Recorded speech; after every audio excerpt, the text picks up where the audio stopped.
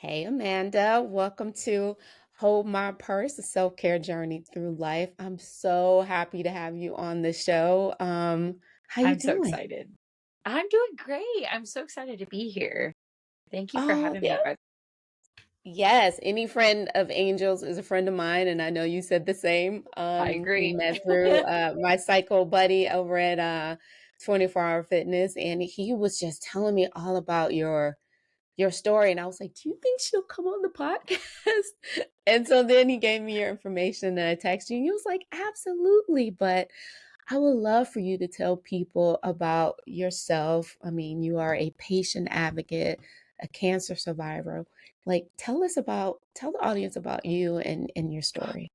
My goodness. My journey's kind of a wild ride, and it is really it's I still watch people watch my story till this day through my TikTok profile, and Oh, I wow. see people's reactions because at first I posted a video saying I can't get help. This doctor fat shamed me.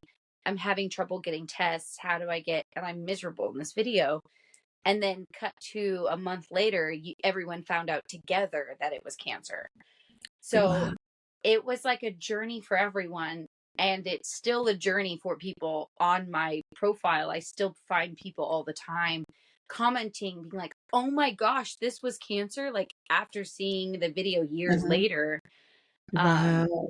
so it's a long-winded journey, but I think I've come really far in the past 2.5 years, and I honestly think society has come really far as Mhm. well when it comes to how we talk about cancer and how we talk about diet culture and things like that because of my situation, which I'm really glad about. But Yeah. it really sucked to go through it. But it was kind of nice to Yeah. have the entire the entirety of TikTok and everybody experience it with me.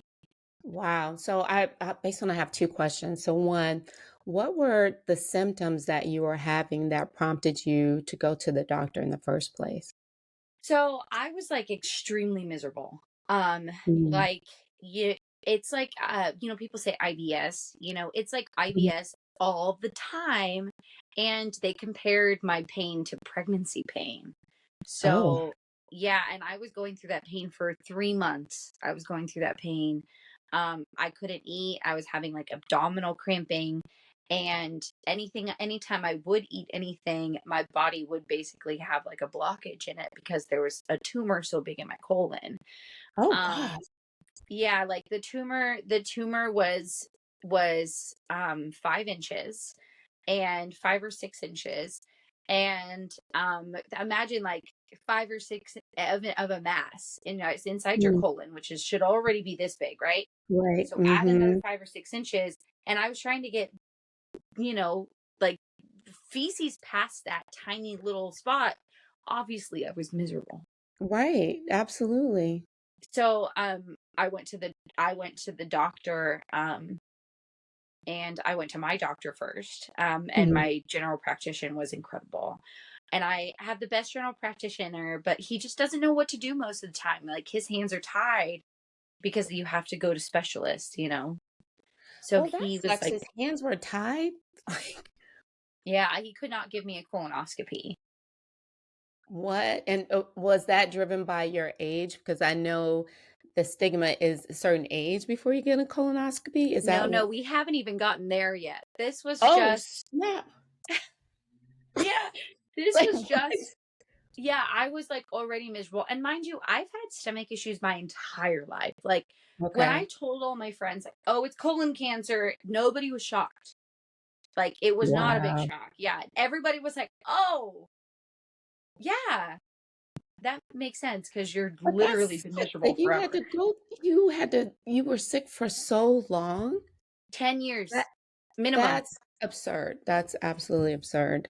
Yeah, that's how long they think it took the tumor to grow. 10 years. Oh my God. Now, do you think if there had been better advances or just a difference in how doctors like view the patient, like, because you're so young, You know, like, what do you think it is? honestly, I will tell you black and white. it was that fact that I didn't know what a colonoscopy was, and I had no idea what colon cancer was. I would Google my symptoms and I would swipe right by colon cancer. Swipe, of course. Why would I think it was colon cancer? Boy, yeah. I was like 26 on the toilet in pain. There's no way I would think it was stage 3A colon cancer. No, You know you what I mean? Like wouldn't. there's no, Yeah. and I even when I Googled it, I couldn't. There's my doctor didn't bring it up. No emergency room brought it up. No doctor. Like I saw doctor after doctor after doctor went into the emergency room crying, begging for an X-ray, begging for somebody to do any exam, and they were like, "You're young, you're female. We don't do quote unnecessary X-rays on your abdomen because it could kill your eggs." Plot Wow. twist, I probably can't have kids anymore. So you would Wow. have found a blockage in my colon if you did an X-ray in that emergency room at that time. But instead, you told me I was a female and I couldn't get an X-ray on my abdomen. It it it was just one thing after another because I was young, because I was a female, because nobody was listening to me, because just Right. take a Meprazole, just take a Tums, it's your diet, you're fat. That was the last thing that my doctor said. Finally, I got to the end of it and I was like, I'm at a GI. I fought so hard to get here. The internet literally came with me to go to this GI appointment. And I Mm-hmm. walk in and he says, "You're fat." Oh, okay.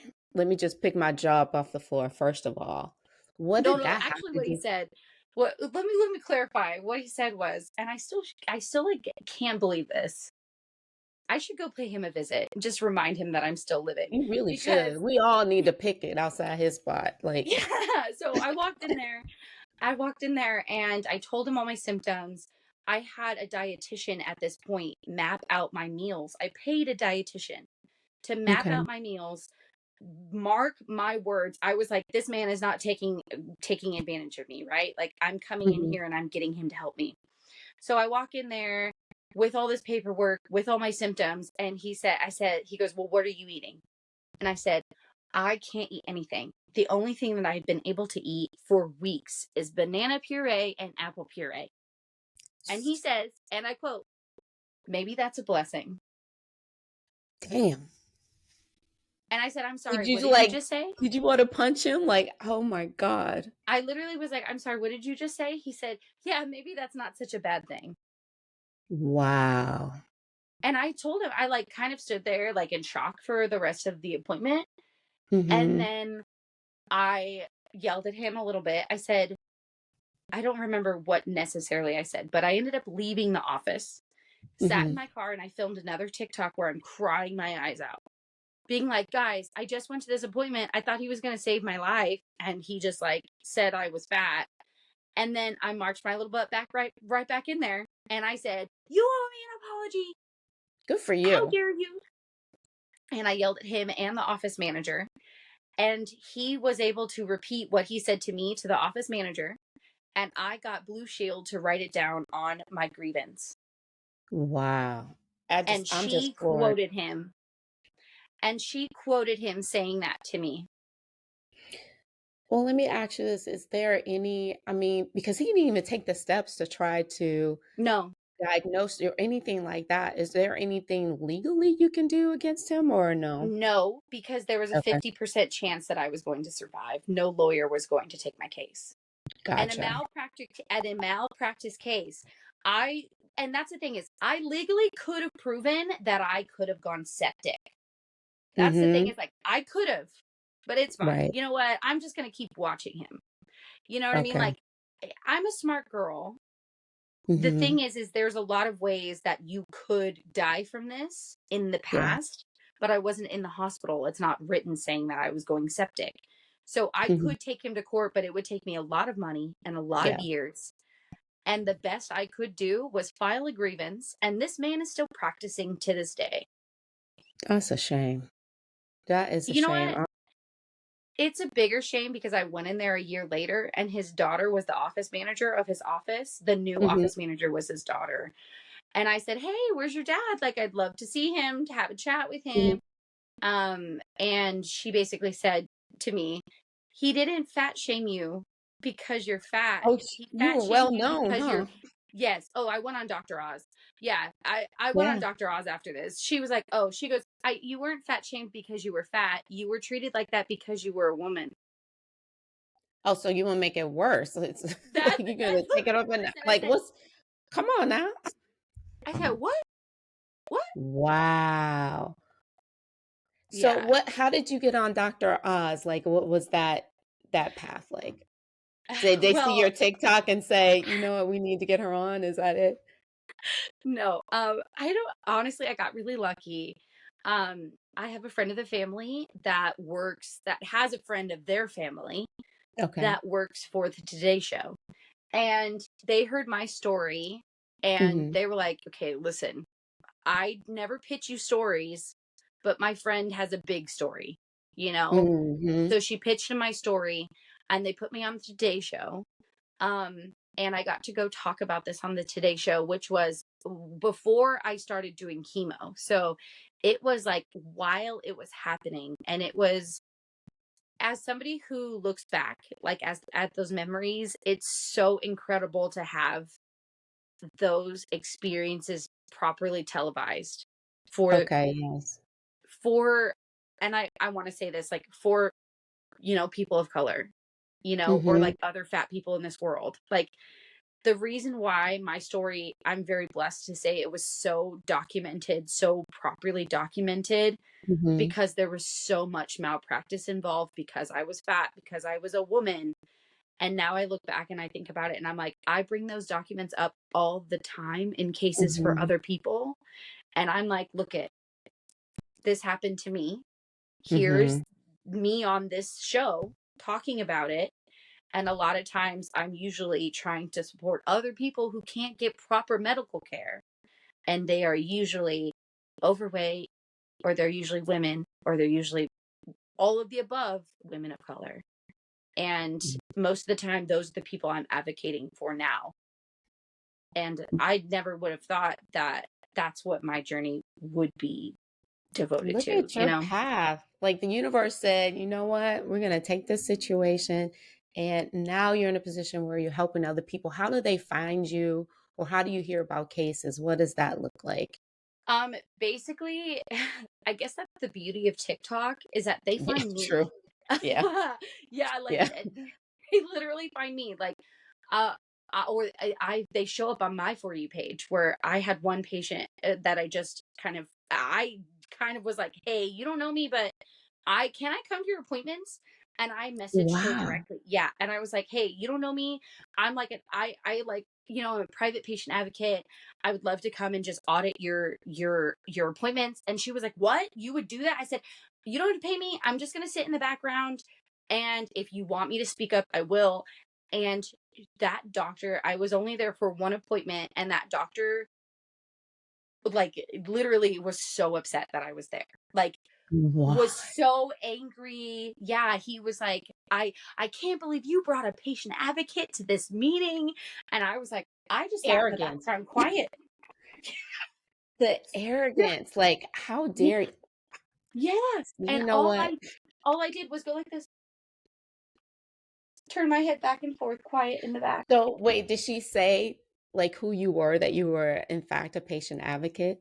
Yeah, so that's basically all that I do most of the time, is people just say that I'm there, and I Okay. will be on a phone call, or I'll, Okay. like, "Hey, I'm a patient advocate. I'm a private patient advocate. My name's Amanda. I'm in the room. I'm gonna ask questions for my patient, and I have permission to do so. And my patient will give me permission. But most of the time I just sit there. And a lot of times, if there are, something that I'm in my head, I'm like, a lot of times I don't have a lot of, like, experience with every medical condition. Right. I am just a girl who understands insurance, Mhm. and who wants her patients to be heard. So I'm coming into the room, just that's all I want, is like, my patient, I'm a third party. If my patient gets anxiety, then I take over. You know what I mean? Okay. Like, if my patient gets too upset or too distraught, then I come in and I say, "Okay, guys, we're just trying to get a test here, or this is the objective of the meeting." Because ultimately, that's I think that's what we need is like, a patient is always sick and not feeling well Mhm. and always really stressed, and a doctor is always really stressed and never on the same page as a patient emotionally. So Right. you can't have these two people come into a room and try to communicate right away. That's Mhm. just not therapeutically like that's if you were to take that psychologically, that wouldn't be productive, right? No, no, absolutely not. You're not gonna get anything from that meeting. Exactly. And that's what I took away from every experience I had with every doctor was that I was being too emotional or I was being. And so I was like, okay, well, we're not going to play that game. So that's basically what I come in. I come in with the logic, or I come in Mhm. and I just sit there quietly. And if a doctor is a little itchy with their patient, usually he's a little more professional in the room Right. because I'm Okay. in the room. Mhm. Um, and at the time it's like, and then I just kind of write up a little like documentation of what happened, and then I share it with my patient. And Okay. then if anything were to happen, then now she has another person in the room that was there. I see. I see. You But what know, about and the it and like I'm just a friend. Like that's Yeah. that's all I'm really giving is like, Mhm. hey, I'm not giving you medical advice. I'm not giving you anything like that. I'm just giving you documentation. I'm giving you help as at an advocate standpoint. Mhm. Mhm. And a lot of times I think people don't uh, first of all, people are too scared to even like talk to doctors that I Why think do you think that is? That just blows my mind. It's like you're talking about your health, yeah, living versus dying. Like, why are you not? And that was going to be a question I was going to ask you. Why aren't you advocating for yourself too? Because not everyone has access to you, Amanda. What do you recommend people do to advocate for themselves when they go into a doctor when they feel like something's wrong? Like you knew something was wrong. It was not you have normal. girl, you got to bring your best Karen. Like Okay. literally. You call your favorite friend that Yes. kind of throws a fit and you bring them with you. Like, and I hate to say that, but you want your mom in the room. Yes. Like because you can't always advocate for yourself when you are in that pain. It's not Mhm. possible. And Mhm. that's what I keep trying to tell doctors, and that's what I keep trying to tell people. It's not about patient and doctor communication. There gets to a point where the patient is literally too traumatized and too Right. far gone. You need somebody else to come in and help. Gotcha.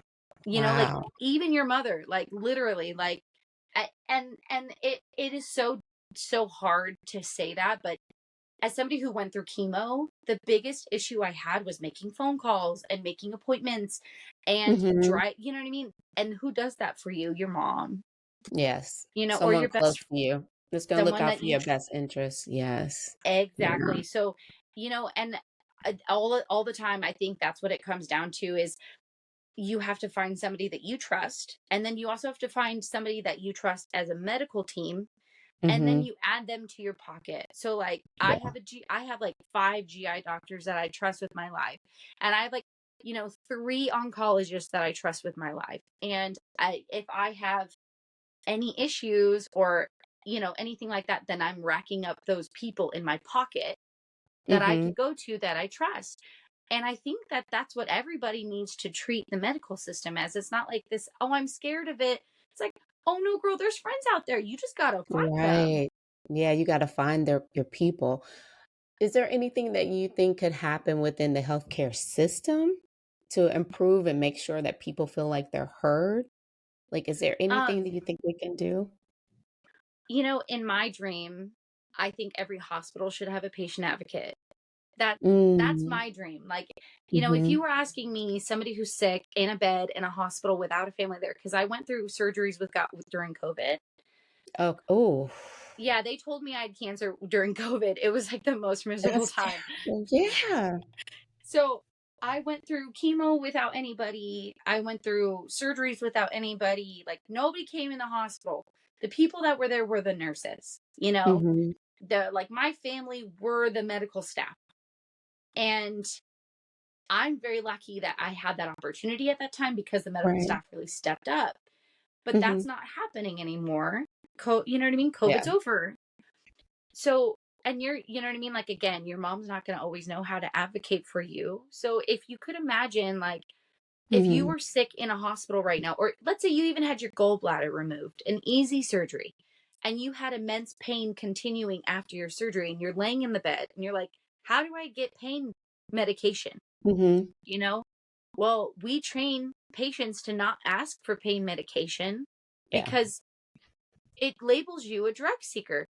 Wouldn't it be great if you could ask for a patient advocate who could advocate for you in the Mhm. hospital, who could walk upstairs and then tell the nurses, hey, like she's in pain.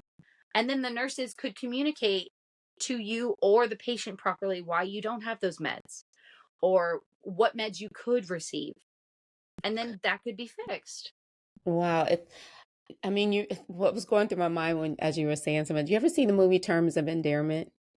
With No, I haven't. There is a scene where the daughter had she was dying of cancer and it was time for her meds and her mom was played by Shirley MacLaine and she goes out. She was like, "It's time! It's time for the. Why aren't you giving her?" Like she was not playing. Like she was advocating. So that was kind of playing through my mind as you were saying that because she was just the daughter's just laying there like, okay, yeah, it's time, and mom's like, oh no, it's really time. Like y'all need to get the Yeah. moving. And I think what you bring up a good point is like, you know, if in that situation, a lot of times doctors won't listen to Hmm. people who are too emotional Yeah. because they are not emotional because they Right. can't be, Yeah. you They know? got to be detached. Right. So if and it goes to like a psychological point, you know, why are doctors this way? And I could say it's because we give them a lot of power, you know, Hmm. and a lot of money. And I think what it comes down to is no one's really challenging them, but they don't Yeah. have, you know, and if they are being challenged, they're being challenged by emotional parents or Hmm. emotional family members of deceased people. You know, they're not being challenged by patient advocates who are Hmm. looking at it from a logical perspective, not from an Yeah. emotional perspective. Yeah, you're absolutely right because as patients, we automatically assume the doctor's right and he knows what he or she is doing. So we just take it for face value what they say. And Wow. and that's why we say getting a second opinion is so important Hmm. because just like we learned during COVID, you know, people will have different opinions Hmm. about health care, whether they're fact or not, you know? And it's difficult because those people could be doctors. Right. Um so I don't want and not to say those opinions aren't worth listening to. They are. But having a second opinion altogether is great.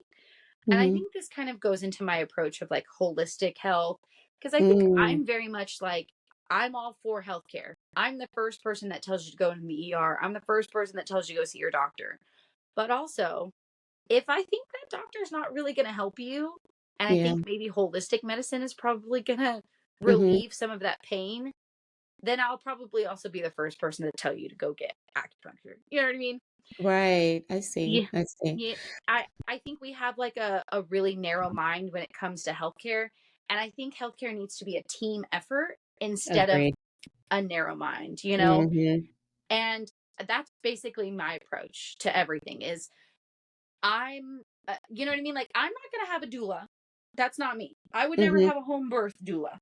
Yeah. If I think you're healthy and you could probably do it and you want to, okay, babe, I Go will be for there it. and I will be the first person to call a nurse if anything goes wrong. Right. You know Right. what I mean? Hmm. And I think that that is, you know, I like, I hope that I support my patients, you know, in that advocating way. And that's the best way I can advocate for my patients. And, you know, at the end of the day, like they are my friends who are going Hmm. to the doctor Hmm. and they're sick. And if anybody is in pain for longer than like X amount of time, you should probably Go fix to the that doctor. pain. Mhm. Yeah, and Mhm. that's just my mentality now. It's just like after being sick for so long, and I went to the doctor and the doctors weren't really listening. It's like, you know, just talk to your friends about things and like how you're feeling, and I'm sure somebody will have your back or have a relatable experience, Mhm. and you know that's the best way I think we could go to the doctors now is like, hey, I crowd surveyed this. Can Yeah. you can you Right. test yeah, can you text S, Y, and Z for me? Wow, yeah. Well, let me ask you this. Now that it seems like you're doing really well now. How is your health? My Post goodness. all that. So my health is great. Nice. I Cancer love to hear seems to that. be Thanks. Okay. Cancer seems to be gone. I literally I struggle with this even being my own advocate because like I just had to beat myself up last week about getting my blood work done, and Mhm. I delayed on it for like 3 months. So, I'm my biggest person that I'm like on the phone with other people's doctors, and here I am being like, I don't want to get this done. Yeah. But I have to say, it's like at the end of the day, it is literally life or death. And Mhm. and even if it I think people suffer with a lot of pain so casually because it's so hard to get medical help. Mhm. Um and I think those people are the ones that need the medical help the most. How Do you can I think help you? some of the hesitation has to do with money too? Yes, The 100%. cost of like, it's insane. Yes, I and saw your TikTok or your, Instagram, and you're like, "Go get your colonoscopy," because 'cause I'm due for my colonoscopy in March, and I was like, "You know what? Let me call them today and get do that it. scheduled." Yes. Yes. I had some polyps removed, oof, 2019, so I have to go back Every 5 years, right? at first it was every year, and now it's every other year, so this is the other year. Oh, so they were And precancerous. yeah, Ah, yeah, good for you. Who yeah, avoided no, colon cancer? listen, I was like, "Oh, no, y'all better take this stuff out of Yes. me." And I'm gonna tell you, okay, literally, if you would have waited a month, like a month, that's what's Mhm, so crazy is like maybe a month or two, and mhm, they were just a hair too late, then it would have been stage 1 cancer.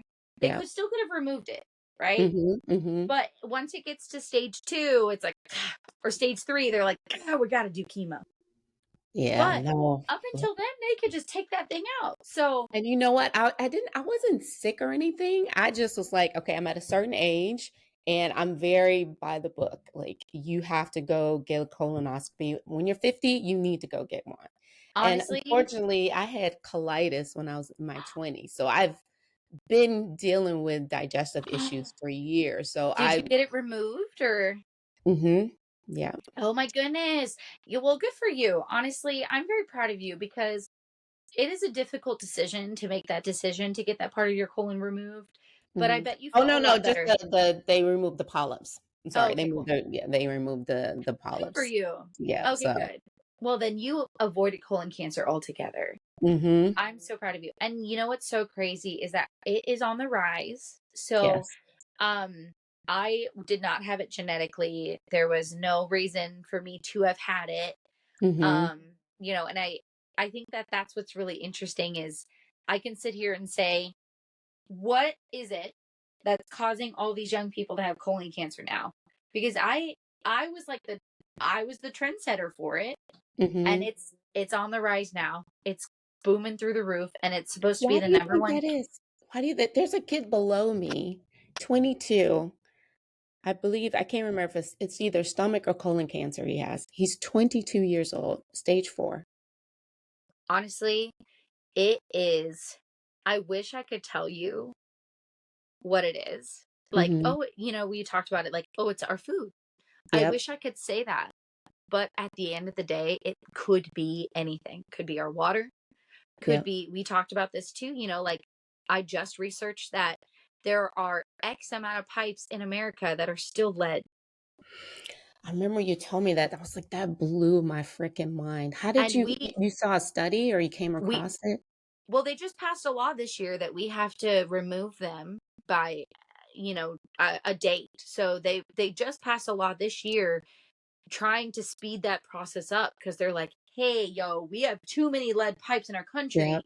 And I think it was something high, like 60%. It was way too high. Yes. I don't quote me on that because I would have to look that up, but it was Wow. very high. So I wish I could say it could be our air. It literally could be A lot of things. Yeah. anything. But at the end of the day, the biggest way you could avoid colon cancer is how you did it, is by Hmm. getting a colonoscopy, because technically it is the slowest growing cancer. So you have about 7-ish years to catch it and Oh. remove it as a Hmm. polyp Okay. before it grows into the colon. Yes.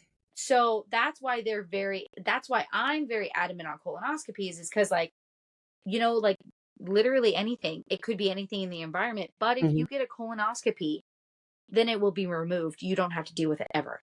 Yep. Exactly. And just go So, get your checkups yep. and And make sure. and that goes with 30-year-olds up now, like Hmm. you got yours at 50, but when did you Hmm. start having colitis? I would say like I was like 20, 21. Like I couldn't really eat, so I literally just started eliminating things from my life. I stopped eating beef when I Wow. was 21. I stopped Good for drinking you. soda.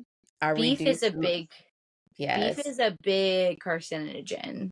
Yeah. I cut out all sodas. I don't remember the last time I had soda. I stopped drinking juice. It's like Wow. unless I'm making it myself and know what's in Okay. it, and just really cut way, way down on the white sugar, like That's really, and just great. looking for a little bit more organic options because I constantly had problems. And it's funny, my daughter, she's 20, and she was having issues, and I was like, you need to go through a process of elimination of Yeah. things that you're eating that's creating problems for you. And sure enough, she's lactose intolerant. I was like, Oh, just get rid of it and see if it helps. And sure enough, she did. And she was like, okay, you were right.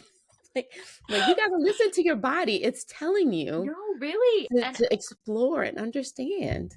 And I it took me so long, but I didn't hear about the low FODMAP until the first time I saw a GI doctor, and that is Mhm. barbaric to me. That Yes. is like the low, because there's a whole list of these foods. I was one of them. I was living off of apples, pureed Hmm. apples, which is probably why my colon was like, at that time, why the stage 3 colon, like, cancer was Hmm. so bad, was Hmm. because the apples was inflaming my colon, because Wow. it is my It's a IBS trigger. trigger. Hmm. Yeah, it and so at the time I was like, well, I need the nutrients. This is what I can eat, and it was like making things worse. Hmm. Um, and that's what's so fascinating about, something that is so healthy to some people that is not healthy to other people. Exactly. But yeah, the low FODMAP is like a whole list of IBS triggers Hmm. that I went down a rabbit hole. I was like, oh, so this is why everybody has all these pains. If they just try to eliminate one of these foods, this is probably what's causing their pain. Exactly. We got to listen to our bodies and we don't. So now you're a patient advocate Yep. and you're going to expose these lead pipes. Are you going to get it? Like, what are Girl, you, and if I can help, let me know. I'm always you down. you know it. So every year I go to lobby for colon cancer with the Okay. Fight CRC, which is a colon cancer fundraiser. And Okay. I'm hoping to go this year too. So I am in the room where it's happening. I'm Okay. actively lobbying, hopefully every year, to make sure that we have more. Basically, what we ask for is, um, I don't know if you heard about lung cancer. Like, they just got information about how lung cancer is on the rise, and apparently gas stoves was leading to that. Did you hear about this?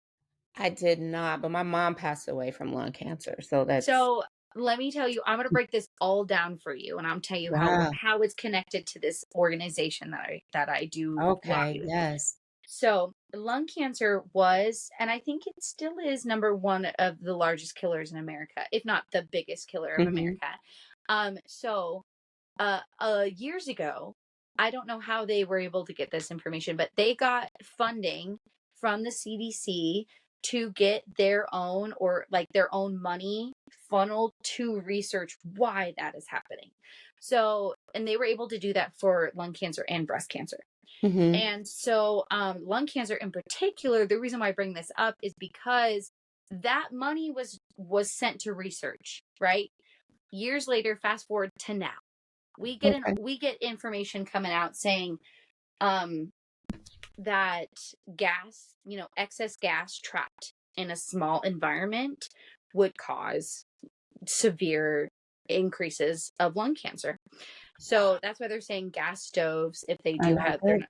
Yeah, Mm-hmm. and a lot of times gas stoves do have leaks because people don't Mm-hmm. take care of them, and then they're living in there and they don't have open windows. Um, Mm-hmm. that's just one thing out of many things that they found. But what is Wow. so incredible, fascinating was because they were able to reallocate that money from the CDC, we were able to get that research as a community.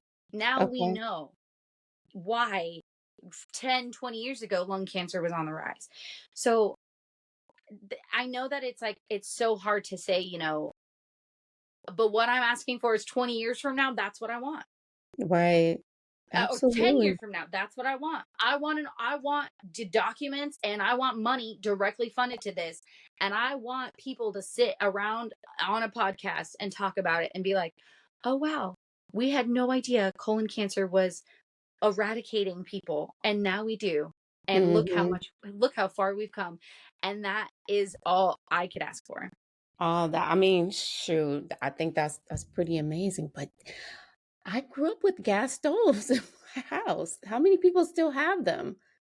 Oh That's yeah, there, I mean, the crazy. state of it's really crazy. I think I just heard the state of New York was like talking about getting rid Yeah. of them in new apartments. But it's very fascinating. I definitely tell you, don't take my word for it. Please, look into it. There's a lot of government like .gov Okay. resources on it. Okay. So those, I say I would go ahead and look, and obviously do your own research. Don't listen to me, but Mm-hmm. go look at it, because it is very incredibly fascinating. I don't want it to scare anybody. If Right. anything, I want it to give people hope Mm-hmm. for us as a humanity. Like yes, we have like a bunch of lead pipes, but goodness gracious, I'm here to fight and fuss about them until they're removed. You know what I mean? Like, Absolutely. Absolutely. like And more people need to join in on that because 60%, yeah, let me actually that's look. I'm gonna look and see how much, because I would hate to, but it was a large but amount. any percentage is high. I mean, look, Yes, any way percent back is no when we good. got rid of lead paint. So the biggest thing that we consume through the pipes being water still has lead in it. It's lead pipes. Like Yeah, what are we doing as a society here? Like, are we not we just I just feel like, and I don't know about other countries, but I just feel like in America we really just don't take care of our citizens. Like, we're no, just not doing a good job from the environment, our food. Like, yep. some of the foods that we have here is banned over in Europe. And you know With what? I I like sit with this every day of my life, because like yeah. what I look at and what I talk to is like, well, what is the root of this? Money. Mhm. It's Mhm. capitalism. Oh, hello, that part. I It's not all it is. I don't like, why can't we get the lead pipes removed? Because we cannot fund it. Why can't we get Mm. research for, because nobody is paying for it. But And we I have all these wars and all this other stuff that we can But yet continue to people can't fund. have health care, and Yes, can't have and can't pay for colonoscopy, or like even worse, like I have a friend that I went to a high school with right now, and she has a little baby. He's like 8 or 9, and he has like this very rare form of cancer. And thank goodness the Ronald McDonald funded their whole travel to Northern California to the specialty hospital, to get Mm, help. But even then, she's calling me like, hey, are there any organizations? I need money. Like, how do I pay my bills? How do I, wow. and I'm That's so like, good.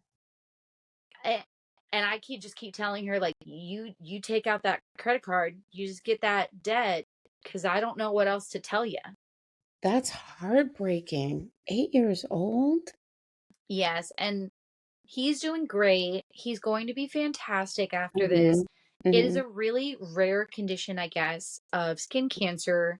And if they give him like a bone marrow transplant, that's the thing is his mom also has to donate her bone marrow for him too. So she's out of work, whether she Mhm. physically could work or not, you know? Right, And and the financial impact, wow. yes, you know, and the fact that she will still have to pay insurance after this, like the fact that she will still have a uh, let me tell you, I had a 6-day hospital stay, and my Mhm. insurance paid $100,000 for me to have that surgery. And if I didn't have the great insurance I did have, I would be In debt. screwed. And Yep, I in debt. already feel financially screwed. Mhm. I Yeah. I would jump off a bridge. I'm not kidding. I would jump And off a I bridge. and There would be no I reason. I I believe that's what a lot of people do. I think that's why a lot of people just don't even go because of the financial Yes. implications, and that's it's Yes. very stressful. So you have one hand, you have the sickness, and then you have the financial burden of it. Yes. And there's no way the amount of money we generate in taxes in this country, Yep. people should have to make Have the that bare minimum. choice or feel trapped like that. Like that's just insanity to me. I agree. I 100% agree. And I think every time we pay our taxes, we need to think about that. You Mhm. know, or every time we walk into the doctor and we pay our anything that our taxes could fund, we need, Yeah. you know, that is severely detrimental to our health. One of the biggest things that I told Congress over Mhm. and over and over was that your 30-year-olds, your working class is going to be out of working. That's literally Yep. all I said over and over and over was like, you're going to have 30-year-olds dying from colon cancer and they're not going Yep. to be able to work and pay your taxes. And I said it over and over and over. What get it through your head because That's true though. You can eliminate your that military is going to be prevalence. weeped out, like swept out. Mhm. Literally, how old are you when you're in the military as a high rank? 21. Yeah, 18, 21. And if you stay 20 years, like what? You'll have colon cancer halfway through. That and they don't do colonoscopy. That's the thing is like, you know, and I think about it all the time. It's like how I don't know. It's just I'm very grateful that you got your colitis checked at the time you did. You know, Oh and yeah. a lot of people, if you are listening to her story, I'm gonna point this out. If you didn't get your colitis checked at 20, you could have had colon cancer at like 27. Wow, whoa. Yeah. I totally believe that because I was on the struggle bus. I didn't know what was happening. But here's the crazy thing. How long ago it was, they weren't putting you to sleep to get a colonoscopy. Let me just say, I'm so thankful for the process now. And I had several of them, like for years. Like I kept going back because they wanted to just Oh, make sure that I was okay. And yeah, wide awake on the table through that with nothing. could What you they call feel it, it? twilight, a little twilight. They didn't put you to sleep. I felt every inch of that. Well, I don't know what everybody's complaining about now. Colonoscopies are a walk in the park nowadays Listen, because that would have been terrible. I tell my daughters all the time, I was like, this is the best sleep of my life, getting that propofol. That's what everybody says too. The best sleep. Oh I, my I get it. goodness. I get it. I get it. But wow, what a you are an amazing human being. We are so blessed to have you I feel the same way. and the work that you're doing. I have a question for you. I always ask people to come on my show, and I forgot to ask Devin last week, but I'm all about self-care and putting yourself first and making sure you're living a peaceful life, a fulfilled life. I feel like that's our right as Yeah. a human, right? If you had to create a boundary that everybody had to follow, what would your boundary be? To be more courteous or aware of what other people could be going through. Mm, I like A that. lot of times we don't sit and think, okay, well, how is their perspective? Yeah. And I'm I have a lot of like advantages in my life, Mhm. a lot of advantages that a lot of people don't have. Mhm. Mhm. Um, but I did learn a whole bunch about this experience, and I've been very grateful to have other people still listen to me, Mhm. even though I have all of these, like like privileges and advantages, and because think about how if everybody on the internet were to turn their back on me, this wouldn't be the same story. Yeah. Yeah, you But got a lot of support when you put that TikTok out, right? they literally, I only went Mhm. back because people on Mhm. the internet told me to go back. Mhm. Mhm. And, you know, like, and I think that I hate to say it, it's like, I don't owe anything anybody, but if I did, I would owe society Mhm. my fight. And that, Oh, and that's like, you know, that's what I got. So they're I in for a ride know. because I have a lot of fight. I could tell. I love that. Wow. I love that. Good for you. I mean, and you're so young and you're able to just take it by the horn and be a force to be reckoned with. And we need more people like you that are out there fighting the good fight because man, I just feel like sometimes the cards are just stacked and Yeah. it's not for us. But thank you so much. I appreciate you. And if there's anything I could do, just let me know.